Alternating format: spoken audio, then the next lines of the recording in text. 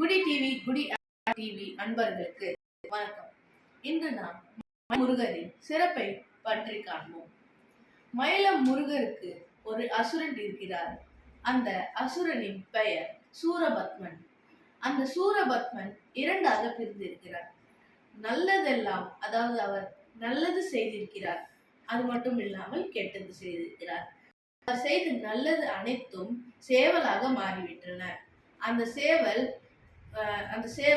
முருகனின் வாகனமாக ஏற்றுக்கொண்டார். அந்த சேவலை வாகனமாக ஏற்றுக்கொண்டார். அது மட்டும் அல்லாமல் மயில் உள்ளது. அந்த மயில் முருகரின் வாகனம் ஆகவில்லை. ஒரு நாள் அது பல கெட்டது செய்தது. ஒரு நாள் முருகரை அது சந்தித்தது. அதுக்கு அருள் கிடைத்தது. அப்பொழுது அந்த பக்தி பரவசத்தில் என்னை வாகனமாக ஏற்றுக்கொள்ளுங்கள் என்று கதறி அழுதது. ஆனால் முருகரோ அதை ஏற்றுக்கொள்ளவில்லை. முருகர் கூறினார், நீ பல பாவங்கள் செய்திருக்கிறார், ஆகையால் நான் இவ்வளவே ஏற்றுக்கொள்வது இல்லை என்று கூறினார்.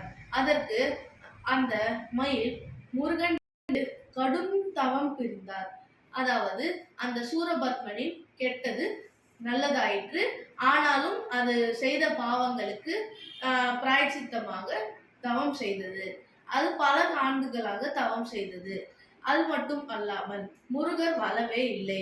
ஆனால் அந்த மயில் என்ன செய்வது என்று தெரியாமல் முருகரை நோக்கி மிகுந்த தவம் கொண்டிருக்கிறது. அப்பொழுதுதான் அந்த மயிலிடம் சென்று கள்ளிப்பால் குடித்து தவம் செய், கள்ளிப்பால் விஷப்பால் என்று போகும். அந்த கள்ளிப்பால் குடித்து அந்த மயில் தவம் செய்து கொண்டிருக்கிறது.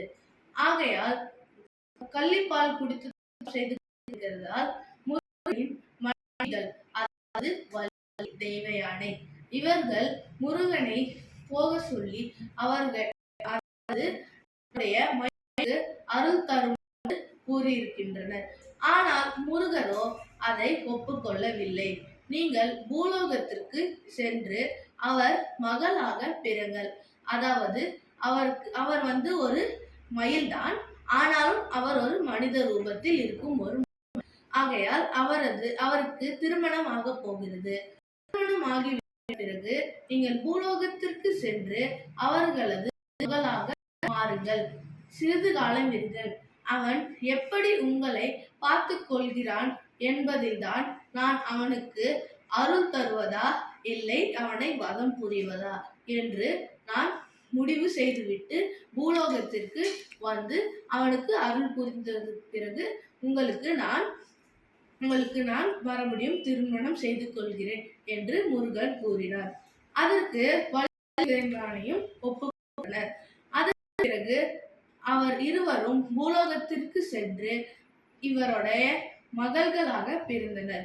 இவர் இருவரும் மகள்களாக பிறந்தவுடன் சூரபத்மன், அதாவது மயில், அவர்களை கற்றுக்கொண்டனர். அவர் மிகுந்த சந்தோஷத்தில் இருந்தனர். முருகரோ பூலோகத்திற்கு வந்து மலையில் அவருக்கு வள்ளியும் தெய்வானையும் திருமணம் செய்து கொண்டு அந்த மயிலுக்கு மயிலத்தின் கதை உருவாயிற்று. நன்றி.